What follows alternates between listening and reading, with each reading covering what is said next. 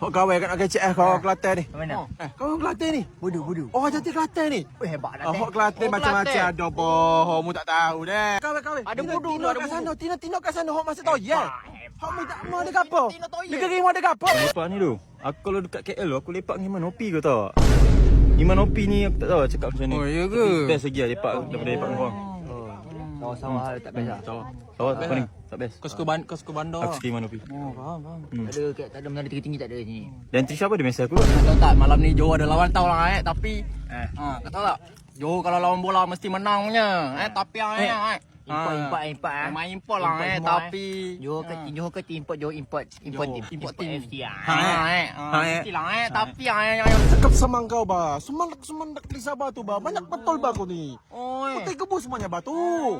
Apa kau ada apa kau? Kau rasa polis ba kau? Polis ada seorangnya ba muatnya tu ni negeri kau tu. Kau apa dia kau? aku ada Johor Apa Jo ada ba kau? Timbulan kau pun menipu ba. ada Menipu ba kau? aku nak kalah ke Apa Johor boleh malu kau nak halang makan. Hana tahu Palih tu negeri paling hebat. yo kau Kan hana ingat 8 orang kan. Aku, family aku, mak su aku, adik aku, tok aku. Ui, Pak semua Pak Long family aku. kau? Family aku. Sebab tu gila gampang. mata wang negeri paling tinggi. Damn. RM10 KL, RM15 Palih. oh yo kau Pi Palih kecil. Awau.